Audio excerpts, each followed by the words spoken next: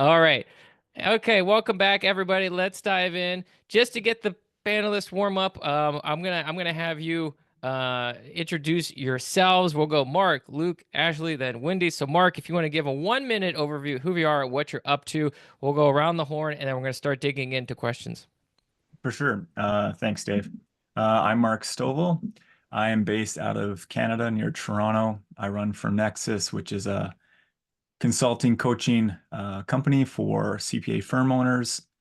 I've been a CPA for 12 years, started and sold the firm in 2021, and now I've been consulting for over 3 years. Currently a fractional CFO for a property management company up here in Ontario as well, and that's keeps me busy as well. So excited to be here. Looking forward to talking about pricing and packaging. Very cool. Luke, how about you? Hey everyone, Luke Templin out of Omaha, Nebraska. I run a fractional CFO business called A Squared Advisors. Also teach other accountants how to do CAS with the CAS cachet. And then I have a software app that does financial digest called FinBailey. Very cool. Welcome, Ashley. Hi, I'm Ashleigh Sutter. I work at CLA, a top 10 accounting firm. I've just celebrated my 6-month anniversary there. I previously was at Intuit for 3 years, leading their accountant sales team, but have been in CAS for over a decade and pretty passionate about pricing. Sounds good. And Wendy. Thank you. So Mark and I sold at the same time. I had my own firm for about 12 years, focused in the area of CAD, and I also sold in 2021. I was doing some consulting, and more recently I joined Roth, a top 100 firm, to build out their CAD department. They didn't have one, and so they lured me back to public accounting to build out their CAD department, and that's where I am now. So happy to be here. Thank you. Awesome. That's how you know CAS is fun. People are getting back into CAS. They're not leaving Right? CAS. They're like, let's get back into CAS. Right, just like yeah. Ashley, exactly. That's right. That's right. Welcome back. All right, let's go ahead and dive into the first questions. How I have this lined up is every panel, right? So we're not just going to go 1, 2, 3, 1, 2, 3, 1, 2, 3, right? So I'm going to pick out one. I'm going to zoom out. I'm going to pause the screen because I want us to see each other and focus on the people. And then if we need to come back to the screen, we can. If questions surface, we can. But I'm going to actually start out with a very, very specific one. Wendy, maybe you could start. Should tax prep be bundled in with general CAS or should it be split? I like to bundle. Both as an end user, I want to pay one bill. I just want to pay one bill. I don't want a bill from the tax department and a bill from CAD, and then I feel like I'm always paying you. I like the idea of one bill. I will say that at Roth, we have not yet been able to figure it out. So when I ran my own firm, we were a firm of about 12 people, a little smaller. It was easy to send one bill. Now I'm at a firm of 250 people running the CAS department. It is not proving easy to send one bill to a client when they're also working with our tax department. So the practicality of sending one bill seems to be a bit of a stumbling block at the larger firms, but ultimately I'd love to see it done because I think for the client, getting one bill, much easier, less pushback, makes sense. Nice. Ashley, I saw some nods. Do you agree with that sentiment? I do, and I'm going to share a silly, probably example, but my family just got to go to the Savannah Bananas this week, and they are all about client first. And if you are client first, you're single invoice.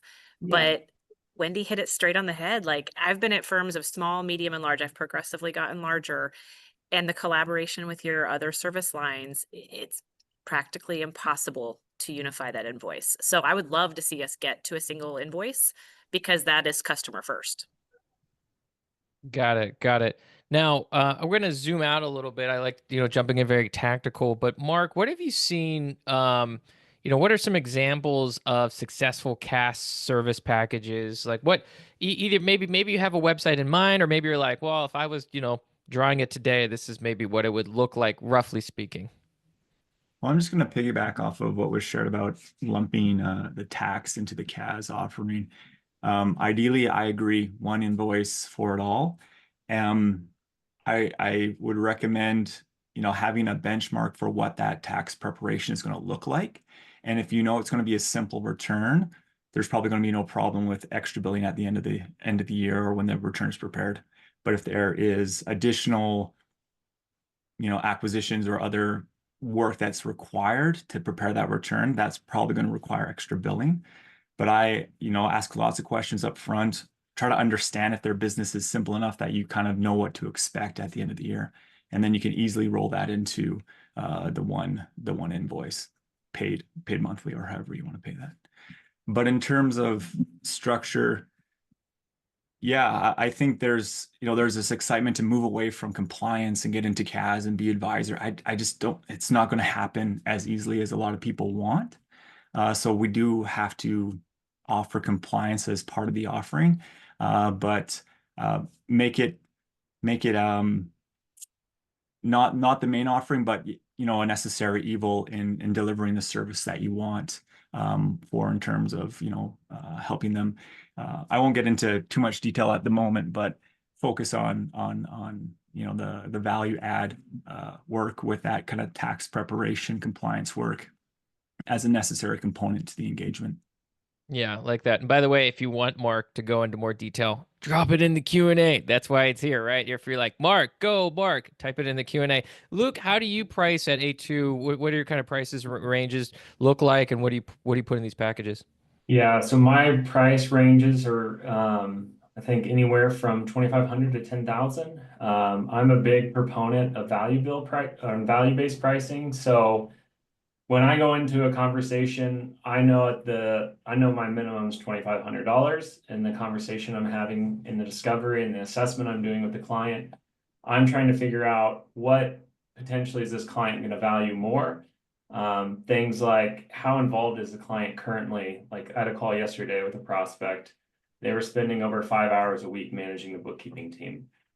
So what does that work to the entrepreneur? Usually it's an additional sale. They might not know, exactly how much that time translates to, and that's why I do an assessment. That way I can dig in to see, okay, what's an average sale within this company look like? And that gives me a good in between of, okay, I know what my floor is. I know where I have to charge to kind of meet the metrics I want.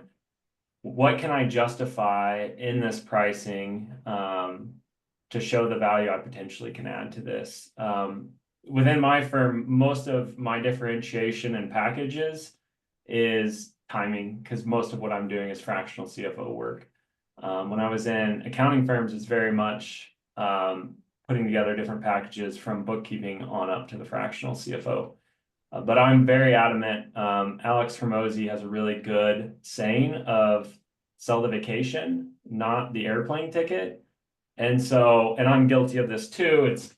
I would put packages together and explain every nuance that we're going to do. We're going to do 5 bank recs. We're going to do X amount of journal entries. And like, to the entrepreneur, like, they don't understand what that means. They just know that they want someone on the CFO side to be a strategic guide.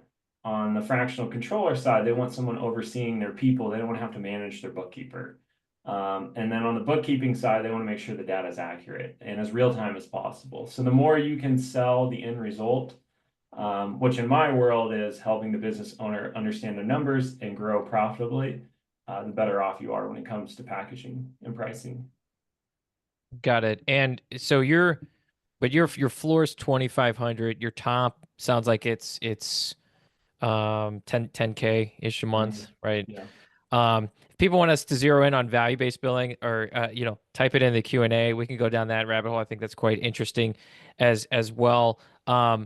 Just to follow up with you, Luke, how one of the worries I think with value is you price it too aggressively and they leave, or you underprice because you don't kind of get the value. So how do you, if it almost feels, I think, for many people too subjective, that it could go either way. So how do you kind of calibrate the price then?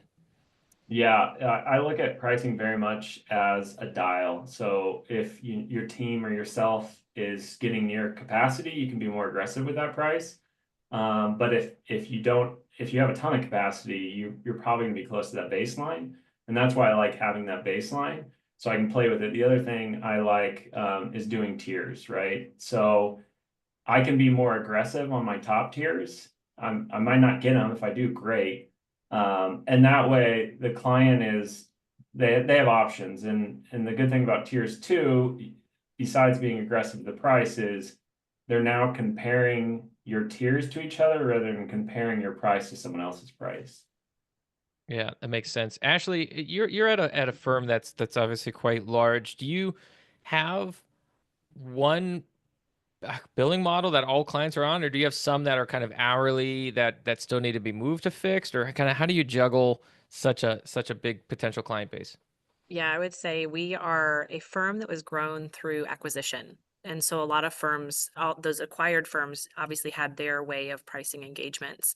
So we are a mix today. We are moving more towards a set priced engagement model.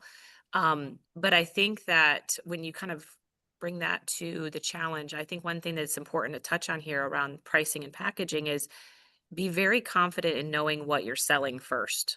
Like that's step one to being able to package and price, because otherwise you're going to get into this customized model and then you can't systematically do it. In Luke's example, he knows what his minimum is because he knows what the minimum service offering is that he's going to offer. And then he knows what the options are that he would add to that. You get in a mess when you start saying you're going to do a fixed fee, but then start adding these services you're not maybe an expert in, because then you're going to lose your shirt on it, right? So we're definitely in that mixed environment today. We are working towards it, but it's a slow Yeah. motion when you have 130 locations. I did want to add one last thing is just encouragement that you will mess up the first time you value price and engagement. You're going to mess it up, and it's okay. That's how you learn. But I also that meme that circulates LinkedIn all the time of if you double your prices, half your clients are going to leave, and that's good, right? I kind of use that as my benchmark of, okay, I'm going to go a little higher than what I think is available, and then that'll kind of tell me, did I mess up my value pricing exercise?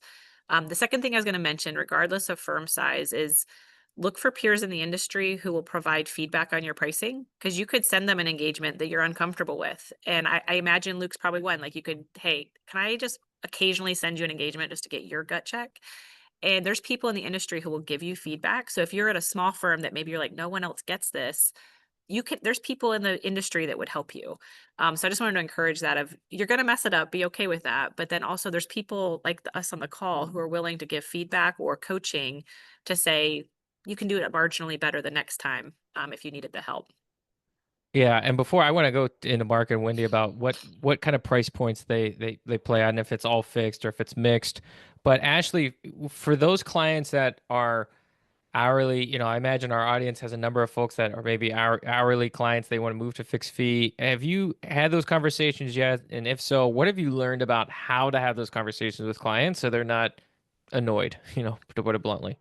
Yeah, I think so. One, we're in the process of those conversations now. And the starting point is moving their average 12-month price that they've been paying into a fixed fee model and seeing like how does that shake out. And is that the appropriate pricing level? So on the initial, it's just more, we're providing you stability in your pricing. You know what to expect, that type of thing. That's not the ideal way, I would say, of pricing, because you ideally want to value price it up front and then have that be the fixed fee. But when you're having to transition, look back at what they have been paying you, try to find that average, and then that's our starting point for the conversation. And usually they are appreciative of the stability, especially when you think about the peak times of tax and 1099 season and those types of things. Those create peaks in their pricing. So usually they're acceptable to, they now have a consistent, I won't say subscription because that is a type of pricing, but they're consistent just like they would be a subscription service. Yeah, makes sense. Wendy, what have you found? As you're building CAS at Roth and Co. How are you approaching? What is the model that you're pushing from a pricing So and I'm package? all about the flat fee, whatever, kind of like Ashley said, whatever words you want to call it. The flat fees, the client knows what they're committed to every month. So we also have a floor of $2,000. We just can't do it for less. But then the way I like to add the value component is what else the client wants. So you want it faster, then there's an upcharge. You're happy to be the last week of the month? Fine, we can offer you a little bit of a discount on that. So the way that I value price it is more based on what I know we can get out in a month that will help my team manage their workload, manage our workflow, manage our meetings and our client commitments. So the people who want to get done in the first 10 days or 2 weeks of the month pay a premium. The people who are willing to get their financials the last week of the month, a little bit cheaper. So I'm always looking for those kind of value components, like the vacation, right? What do you want? When do you need it and why do you need it? And then I price up or down from there. I think my biggest challenge, and I'd love to hear how you guys are addressing this, but my biggest challenge is the cleanup phase. So no matter where a client comes from, there is always cleanup at the start of an engagement. Sometimes it's a few hours and sometimes it's 40 hours. And I don't want to charge hourly, period. End of story, I don't want to. So over the last 3 months, I've been toying with an upfront fee that everybody pays for cleanup. Sometimes we win, sometimes we lose. And or a weekly cleanup commitment fee over a period of time. So I think for us in CAS, going to a flat fee model is great, it works, but this cleanup piece that we all have to deal with, I think that's where the flat fee is challenging. What are you charging now for a cleanup project? Like what's So the right rate? now I'm charging $7,500. And one of the clients I just floated to the other day, this just came to me. I was like, well, you know what? I'm going to charge him $7,500. I'm going to tell him that if it actually is quicker than we thought it would be, because you know every client, oh, mine's easy, mine's clean, no problem. I said, if it's quicker, we'll actually give him a credit. We'll give him money back if it turns out cheaper. And it was. It actually was not a big deal. And my team were able to finish it in about 2 days. So we did. We sent him a refund. And so I don't know if I'd do that for everybody, but it was kind of an idea for someone who was insistent that his was easy. And I asked for $7,500. Now we've had somewhere that hasn't been enough too. And I'm like, oh, so it's tricky. Yeah, the credit one's quite interesting. Mark, how do you think about pricing at the firm you've exited or the folks that you're working with today? How do you kind of navigate? What packages are you presenting? What price points are you presenting? Something that was kind of very eye-opening for me, and it's quite eye-opening for clients that I work with, is getting down to what your client is looking to buy. And this is more philosophical, and we're not talking about, you know, accounts reconciled or whatever, but it's broken down into 4 buckets. It's, you know, they want to buy compliance, they want to buy savings, or they want to buy growth, or they want to buy an exit.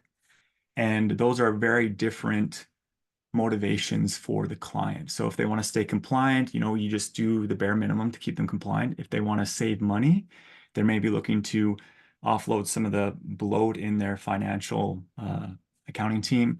And they're looking to bring on, you know, efficient systems. And then there is a group that wants to make money. So they want to grow. So they want to expand the system. And then finally, they want to change their lifestyle, and maybe they want to reduce how much they're working and need like management support in that process. And all 4 of those are priced significantly different. Like the compliance is like your race to the bottom in terms of price. Cost saving, you know, you can kind of anchor against the accounting team that they already have, or 3 to 5% of their gross revenue would be considered, could be earmarked for accounting financial services. If they want to make money, then you're anchored to what growth can you help them achieve. And that's the best bucket to kind of be in. And then, you know, what do they want to transition out of their business? So, you know, do they want to work less? And then you become a management consultant in that bucket. And so you first, like Luke said, do the assessment, figure out what they're trying to achieve. And if they're like, you know what, we're just spending so much on accounting, we just want to, you know, find a better system. And then, you know, they're in that bucket, and you can't really apply that, you know, that massive price tag that you can with help when making them grow. But if they're like, you know what, I want to open 3 more locations in the next 24 months, then you know that your anchor can be priced to their growth. And those conversations are really different. And so, you know, a lot of that plays into how large the client is. And, you know, I'm talking with clients that have price points of 1,500 to 10,000 a month. You know, purely fractional CFO, as well as kind of back office, full support. So there's so many different combinations, but I think the key is trying to understand what they want, their end goal with engaging you. Yeah, fantastic. We can't get into pricing without talking about, there's this fear that surfaces in the community, which is, and we've talked about it, we've touched on it. Did I price right? Did I price correctly? I don't want to lose money on a client. I don't want to get docked points for missing a margin. And so there's always this question of like how to avoid getting the scope wrong or having scope creep happen after you get the client. So I guess Ashleigh, from your perspective, do you put in any guardrails? How do you think about scope creep, with so many clients coming in, so many clients transitioning? What are some ways that you flag this or are able to revisit with the client? Yeah, I feel like I'm kind of cheating because I'm actually at a conference right now and I just sat through a pricing workshop, um, So if hearing you're from hearing from what other firms are doing. And so one of the things that many firms are doing is they're putting in a 3-month clause into their engagement letters that says we're making an estimate based off of the information we have today, but we reserve the right in that first 3 months to adjust it. But even if I just boil back to just what does Ashleigh think, not CLA, not my old firm, but like it's relationships. We're selling relationships. And if we are transparent and honest with a customer to say, hey, I made this estimate based off of what actually came in, it's very far off. Can we work together to get it so that we're both benefiting? It's that's not always have the approach that you need to take, but I think if you can have just open dialogue with the customer about what is looking different than you expected, they're usually reasonable. Now, if you're going from 1,500 to 15,000, there's a bigger problem than your pricing, but I think it's about just having conversations and transparency about the services and value you're bringing, and also if something is disrupting that you weren't anticipating. But many firms, as I learned today, are doing that 3-month window of, hey, we have a space here where we're going to evaluate what it actually takes. Because that kind of goes back to what Wendy was talking about with implementation. The cleanup piece, which, I don't transparently know how CLA does it today, but what I always have advocated for with implementation is how many ever months you're behind, multiplying your proposed fee, and that kind of builds to become your implementation fee. And to Wendy's point, I can reduce that. I can credit it to future months. Like I can do a number of things to benefit the customer, but without knowing and rolling up my sleeves, like that's the approach that I have taken to that. But I think it's conversation. If you miss price, just have open dialogue. Hmm. By extension of that, Luke, when you're working with a client, you said your base is 2,500.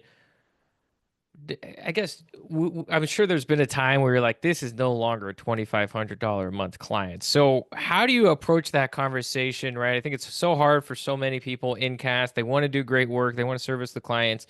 But what is the tipping point where you say, hold up, you actually need to be charged more? Do you wait for the 12-month renewal or do you ever do it like mid-year? How does that work for you? So I'm fortunate in the work I do, it doesn't change a ton. Now, if another entity, like if something were to happen with one of my clients, it's going to be a very easy conversation. Like the last major scope creep I had was one of my clients was being looked at for M&A, and due diligence is a totally different ballgame, and it wasn't Yeah. in the original scope of work. So it was having that conversation. All of my engagements do have an automatic 10% increase after 12 months. Now, when I was doing bookkeeping bookkeeping is a lot harder. When I was doing bookkeeping within, single office firms and a top 100 firm, like scope creep was really hard. And a lot of it is, sometimes you got to take it as a learning lesson. Sometimes you got to have the hard conversation. Like we would put things in, like we'd evaluate every 3 months, but that's easier said than done. But the times we would have conversations with clients when something went over, I remember one distinctly, like we were doing payroll for pretty much free. And I had the conversation. I was pretty nervous about having a conversation with the client because we had been doing this. I'd taken over this client. We'd been doing this for like 5 years. Like free payroll for 5 years. Well, it wasn't free, but the time we were putting in way more time than Yeah. we were in the hole. And the client's first comment was, I was wondering how you guys were doing that so cheaply. And I was just like, oh my gosh. That So, is the funny thing. The client usually knows before you do. yeah. Wendy, has that been your experience when you have a kind of a scope creep concern, you go back to the client? Yeah, so we had one where the client has 12 entities and we signed and we said 12 entities. And then slowly he'd be like, well, there's one more. It just holds 3 cars. It's a very little LLC. Can you just add that? Okay, no problem. So we would add it. And then I look, I'm like, we're up to 19 entities on the same agreement. No. We need to have a conversation. And so that was definitely a tricky one. But it was the same thing where the client was like, I was wondering when the big bill was coming. So they know, but they're trying to get away with it. And so shame on us, really, for not stepping in earlier. And I think we all have to be accountable for that. Yeah, that's great. I just want to pull in an audience question, and anonymous asked, how are you determining your base for a client? Luke, thank you. He already answered. He said, I do a calculation based on how much I want to make with overhead and margin, and then back into how many clients I want to work with to come up with the base. So, Mark, do you think of your base packages the same way, or slightly different? How do you come up or how do you advocate for various base packages? Yeah, that's a great calculation. I sat on a panel down in South Carolina, and the same question came up, just like, how do you price? It's like, well, how much do you want to make? And it was kind of mind blowing because it kind of sounds selfish, but you only have so much capacity. And if you want to deliver value, like truly deliver value to a client, you need to give them your time, give them your expertise. So yeah, that calculation that Luke shared is great. In terms of like covering your costs and how much you want to take home, I think there is wiggle room in there as well that we have to build in for growth. I think we plan for what do we need now, but a lot of firms I think miss how much they need to actually grow. You don't grow with your next client, you grow with your current clientele. In terms of profitability and capacity, and that comes with there's a juggling between, well, I can't hire because I don't have enough clients, but I need more clients so I can hire. So it's kind of back and forth. Make sure that everything is priced so you can pay yourself well, so you enjoy what you're doing, and that you can grow comfortably and sustainably. I don't know if this is going to open up Pandora's box, but what you didn't say, but what I'm hearing is you're saying is sometimes capacity a pricing problem. Yes, every problem in a firm is a pricing problem, and I'll die on that hill. Every problem that you have in your firm, like if your tech sucks, it's a pricing problem. If you can't hire properly, it's a pricing problem. So, mic drop. I'm gonna let that sit there and see if anybody wants to challenge that. I think the audience is like, go ahead, Ashleigh, go ahead. I don't have a challenge. I think he's spot on, because when I think about even the segmentation within CLA, the work that's taking all of our people's time is small, low value work that we haven't priced properly. And if we priced it properly, we'd be serving it differently. Our people would be more excited to be working on it. Those types of things. I mean, that Mark needs to put that on a billboard because it's a very true statement. I think there's a conference T-shirt in your future, Mark, that says that. Yeah. Wendy, I think are you also in agreement with that? And then if so, then what do you do with these clients? Like Ashleigh, I think we all know about these clients that, kind of are struggle bunnies forever. They're a pain in the firm. Do you price them up or price them out? You're in a larger firm now, so sometimes that's harder to do. So how do you kind of navigate these clients that are weighing you down, but maybe you can't just willy-nilly like say, and next week you need to be with somebody else. How do you think about that transition? I think that's what keeps us all up at night, right? That's the hardest. I think that's the hardest piece when you sit in my shoes. We're delicate balance along the way.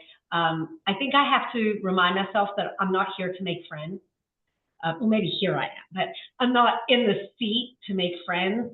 I'm here to run a business, and I'm here to help people.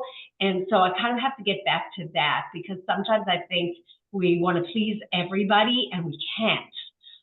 And so I've had to learn to be really hard line with my other partners and tell them, guys, we can no longer serve this client. I know it's your favorite tax client. I know it's your big audit client, but we can no longer serve them in the CAS department. And that doesn't help me make a lot of friends. And sometimes the client, I have to say that this is just not going to work for us. And that's a very hard conversation for all the reasons you cited. So there's a road before we get there, right? Where we've really tried everything else. Yeah, So and at that point, is it price them up or price them out? Or you're saying, look, I just don't even price up. I've that's what I tried was that. thinking. Listen, I've Yeah. been doing this a long time, and I used to do that. I'd be like, well, I'll price them up. If it's is it worth it at that amount? I don't think it's worth it. I don't think Yeah. it's worth it. I think once someone tells you who they are and you learn what it's like to work with them and their team, and it just doesn't work, it just doesn't work, irrespective of the price. So I agree with what Mark's saying, but I feel like if the issues are not about price, if it's about the client's behavior or the work that we're able to do, they're asking us for stuff that we just cannot do, then no matter what the price, I'm going to ask them to leave. Yeah, it's funny you bring that up. I was having a CAS coffee this morning, and we were talking. I mean, it was a coffee with a CAS leader, so it works, right? And it was real coffee, not decaf. Some of the people were talking about decaf earlier, and we were talking about client complexity scores. I said, "Oh, we're talking about capacity and client complexity," and I internalized client complexity as like, is it just hard to complete their work? Is it a complicated business? Is it a complicated set of services? And she immediately took it as complex as being, are they a pain in the butt or not? Like, do we, and they will get a higher complexity if they're just harder to work with. And so that was very eye-opening for me. I have one of those where it's a matter that the team that we're dealing with, their lead, is just a very difficult personality to deal with, and it's not going to change. And so it's not about the work, it's not about my team, it's not about the pricing. That person is difficult. And so if we cannot get beyond that, then there's never going to be joy in this client. And those are hard decisions. Man, yeah, that's tough. By the way, it's amazing in the world of CAS, and people that are listening, type in the Q&A. Let me know if this resonates with you, because we'll talk about like people development. We'll talk about being an advisor. We'll talk about coaching clients, sitting alongside them. But man, when it comes to pricing, you're like a pricing warrior, right? Like you got to stand your ground. These are not like squishy things. You got to stand your ground. Just to shift a little bit, there's a lot of talk in like, how do you name these packages? Do you just say bronze, silver, gold, bookkeeper, controller, CFO? Do you go like lightning, thunder, mountain? I don't know, whatever. Do you get clever? Luke, when you're putting packages together and you put a couple out, are you like, what are you naming these things? What kind of lands with clients?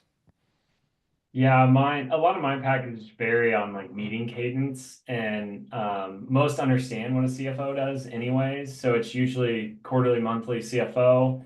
Now, if I'm involved I'll do some EOS work with clients, then it's strategic advisor. I've kind of played around with packages in the day. I kind of like for bookkeeping, like track, for controller, analyze, and for CFO optimize, because that's kind of the end goal from a financial perspective of the three. But I kind of stick to the basics. Yeah, Ashley, how about you? What's your approach to naming the pricing packages? Yeah, I'll tell you, I mean, at CLA, I think it's generic to the seller, like whoever's the one talking to the client. At my previous firm, we labeled them bronze, platinum, and something else. But going back to what we talked about in our first question about customer first, they don't care what they're named. They care that you can articulate what each one offers. So, I mean, internally, that might be something that is meaningful and helpful for you to calibrate staffing and pricing. But they're not going to call you and go, oh, I want to upgrade to the whatever package. Like they're going to say, I need, whatever the service offering is. So I wouldn't wrap around the axle too much on what you call it. It's just the presentation of it. It needs to be clear and articulate about what it is that's in each package, and that there's truly differentiation between the packages. Because I think a lot of times we try to make them very similar with just one thing added or two things added, but then the price skyrockets. So it's how can we make the packages meaningful and understandable from a client perspective. What's an example of how to put a barrier between the two packages, so it's not just like the one thing? Like, how do you think about it? What's an example where it's like a clear split? I shouldn't have said that because then you asked me a follow-up. I think it's, I think for me, it's the panel's power to always pass the ball to somebody else. So. Oh yeah, let me toss it. I mean, I think first and foremost, it's around advisory, right? Because advisory is a squishy topic. So, and a client might go, oh, advisory sounds great. And advisory to them means you're creating merger and acquisition documents, but really you just meant a cash flow statement. So trying to find that differentiation from the consulting and advisory offerings in those higher packages, I think, is where it gets muddy. And you don't want to add too much, right? Like you don't want to add 40 hours worth of work to your, proposal. But I think differentiating between that tactical work and adding on the advisory piece is where it starts to get squishy of what is it you're actually adding and being able to articulate it. Got But it. with Luke's CFO packages, Luke might have a better perspective on that, but I think there's just an element of that advisory gets to be a little bit muddy. Yeah. Well, we'll kind of springboarding off of that. Mark, Sonia asked, do you list the benefits in the package? Do you list benefits rather than list what you are doing? Like, does that help land with the client, or does that, open yourself up to being misinterpreted?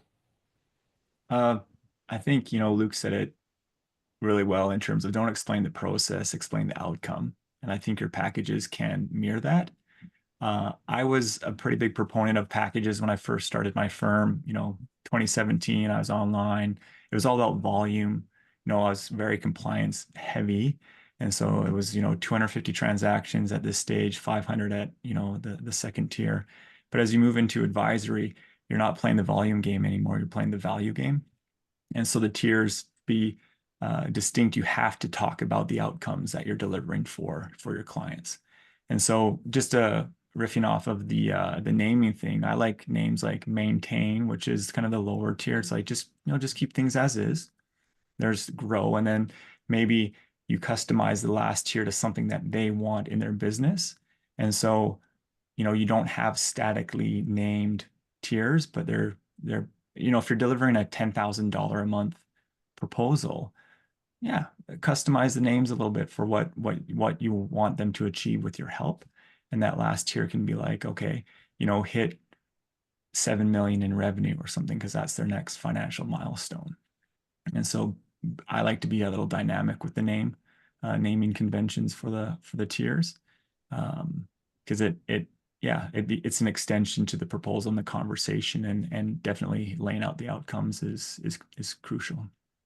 Great. I have a couple final questions. Audience, type your questions in before we wrap up the pricing and packaging panel. It can either be a net new question, or if there's something that you want us to zero in on, let me know. But I want to hand this question over to Wendy, and this maybe it's because of the decaf coffee. The question literally escaped me right now. I can't believe this. Oh, there it is. It's onboarding, right? So you priced to perfection. What's the handoff look like for then onboarding? Same person involved, different team. What does that look like? So that part actually I love, because that's pretty tangible. We use the same person for onboarding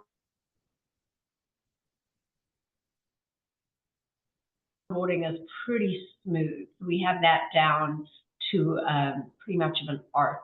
So I like our process. Great. Final question for folks. We'll just go around the horn quickly. Do you do a base, good, better, best kind of fixed fee model that's essentially the same for any CAS client, or do you have different packages per industry or per niche? We'll go Wendy, Mark, Ashleigh, Luke. Yeah. So we don't actually have packages. We kind of stole the triangle from the AICPA, with CFO services at the top, controller in the middle, and accounting services down below. So we show that to our clients, to a prospect, and we say, hey, this is what CAS does in our firm. This is what CAS does. What do you need? Tell me what are you looking for? And contrary to the CFO, I will tell you, most people I come across have no idea what a CFO does. And they don't understand the difference between a controller and a CFO. They have no idea. So usually our initial meeting is explaining what all those terms mean as we define them, and then say, okay, tell us what you need, and then we build a package. So we're not using the 3-package model, but we are using the tiered approach. I like that. And I like the, some verbiage around, look, everybody has a different definition. Let me tell you what ours is, because it's a very approachable way to say, we're going to define it, and it's no offense to the client, because maybe they do know, maybe they don't know. More often than not, they pet don't. peeve is, well, that's a lot of money for bookkeeping. And I'm like, all right, well, now I'm going to show you a screen that shows this is bookkeeping, this is accounting. We do accounting. That's what you're paying for. Because otherwise the first thing out of their mouth is, that's a lot of money for bookkeeping. So it's about educating as well. Got it. Mark, how do you think about different niches, different industries, same package, different package, or do you throw the packages out the window and use the triangle per Wendy's answer? Yeah, I think for smaller firms, so talking between 5 to 10 people, I think you should focus on one niche.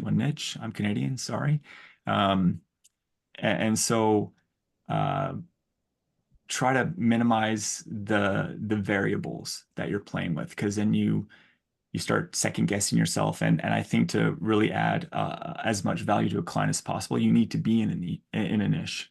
Oh my gosh, sorry. In a niche. Because they're paying for expertise, right? Because that's where you can deliver a ton of value. Is you've seen the pattern in 10 other clients that are in the same industry, and you already know what they're going to be dealing with in their next step. Keep it simple and I'm speaking to the smaller firms, not the KLAs of the world, but like the smaller firms, like keep it as simple as possible at the beginning until you have a good foundation for processes and your team in place. That's great. And that context, I think, is so useful. Ashleigh, how about you? I would say I'm the same perspective of the industry drives the packaging for us. However, I'll caveat that to say that when you are serving multiple industries, if you're a firm that has multiple industry niches, 85 to 90% of your process should be standardized. The customization should come because of that industry value and add. So when you think about your packages, the maintain, using Mark's terminology, the maintain might be the same across all industries. But then those second two tiers going up start to have that differentiation with the industry. So I would say industry drives it, but I would say the base of it should be pretty consistent across. It's just those, if you're a nonprofit, you might need grant reporting. That's not going to be in a construction engagement. So just having that differentiation, I think, is more in those upper packages. Fantastic. Well, I appreciate everybody's time. Let's give a shout out to how to connect with the panel. So we'll start with Luke. Luke, if somebody wants to reach out, say thank you, follow you on wherever, what's the best way for our community to connect with you? Yeah, LinkedIn's probably the best. Luke Templin. All right, we'll link it up for you. And I know you're involved in a bunch of different things. So go to LinkedIn. Ashleigh, how about for you? I was going to say I'm also LinkedIn. I'm pretty easy to find since my name is spelled differently. So look me up. Sounds good. Mark, how about you? LinkedIn as well. Wendy, no pressure, but no how about pressure. you? I'm like, you know what, you guys, that works. To keep it simple, you'll find us all on LinkedIn. Best way to reach out. Make it easy for everybody. Go to LinkedIn, go to LinkedIn, go to LinkedIn. Actually, I think I got connected with almost all of you, maybe from the start on LinkedIn. I don't remember. At least some of you, most of you. So yeah, LinkedIn's great. Go check it out. Okay, let's do some takeaways before we wrap up. So you've heard my spiel, but you're going to hear it one more time. Why do we do takeaways? It's because we just invested nearly 45 minutes into hearing great thoughts, great action items from these leaders in the field. And what can we do now is we could cement them. We could cement them so it stays in our brain just a little bit longer, gives us a chance to maybe implement some of these things in our team, in our practice, in our firm. So that's why I always want to take a moment after each panel, lock in the top takeaways. So drop it into the Q&A right now. And the other reason I'm a big fan of this is other people, they may have taken a drink of coffee, maybe there was a lag, whatever. They missed a takeaway, or maybe the way you articulate it just lands differently for them. So type it in. Not only does it help yourself internalize the takeaway, it's going to help the community. It might help somebody, you can't even see, really make a difference in how they run their firm as well. So let's go ahead and just do a quick top takeaway. Alan said some really nice words. Thank you for sharing your approach to how and when to fire a client, in particular to having open, honest, authentic conversations, circling back to what's important to us as owners and advisors. Agreed. Marcy said, every problem is a pricing problem. This is Mark's future conference t-shirt. And then Mark, if you want, just spitballing ideas, maybe on the back it says "fight me." So I think those two can go hand in hand. Anyway, so yes, every problem is a pricing problem. As the anonymous attendee said, we are selling relationships. Christina said, don't explain the process, explain the outcome, and if you need to break up with the client, just do it. Don't price them out. Yes. That was great. It reminds me, sometimes, internally, and I know other firms do this, we'll put people on a performance improvement plan, PIP. We only put people on a PIP if we actually think they have a chance of improving, right? I think it's just torturous to put somebody on a PIP and be like, well, we need to 30 days. Yeah. I mean, gosh. So if you don't think it's going to work out, it's better to just kind of move on, and maybe works out better for everybody. Miriam said, every problem is a pricing problem. If we hear that 5 times, Mark, I think it's a tattoo for you now. I think we're moving from shirt to tattoo. It's Oscar, trademarked already. Don't worry. is it trademarked already? It will be. It will be. Yeah, get to it. Bundling CAS and tax, setting up cleanup fees. Yeah, that was a good conversation. 3-month window to reassess an engagement. Yeah, we hear that a lot, where you kind of, and much like I think Wendy's point about the cleanup, we've heard firms say, look, if we've overpriced you, like we'll even could take it down a little bit if we're too aggressive here, right? I mean, use with caution, but you can do that as well. Alan said every problem is a pricing problem. Tattoo in the making. I don't know, Mark. That's gaining momentum. We'll see. We'll invite him back, and we'll see if there's I think a good forearm tattoo will work well for that one. All right, sounds good. We're at quarter past the hour. I want to give a big shout out, big thank you to our panelists. This has been a lot of fun. Please connect with them. It's LinkedIn, it's LinkedIn, it's LinkedIn. Jot down all their names. Everybody always asks, will the recordings be shared? Yes. Will we share the LinkedIns? Yes. They'll all, but go ahead and reach out to them. Say thanks for coming on. Follow all the work that they do. That said,